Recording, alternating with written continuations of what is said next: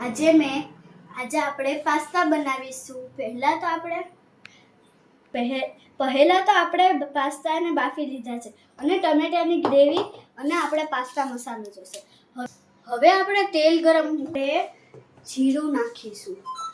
થોડુંક એવું જીરું નાખી આપણે થોડીક એવી હિંગ નાખી આપણે જે ટમેટાની ગ્રેવી કરી હતી તે આપણે આમાં પહેલા તો નાખી દઈશું। હવે આપણે 2 મિનિટ માટે એને હલાવીશું।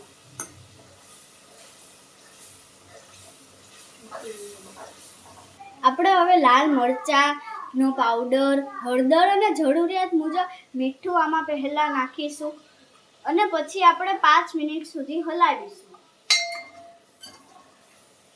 જ્યાં સુધી તે પાકે ત્યાર સુધી તેને 5 મિનિટ સુધી હલાવીશું। હવે આપણે પાસ્તા નાખીશું।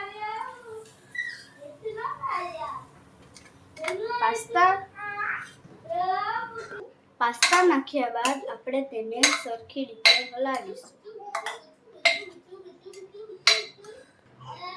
હવે આપણા પાસ્તા સરખી રીતે થઈ ગયા છે। હવે આપણે તેમાં થોડુંક એવું પાણી નાખીશું।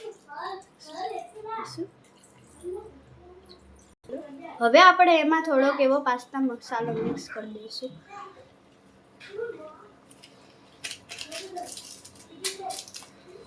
પાછું તેને આપણે હલાવીશું।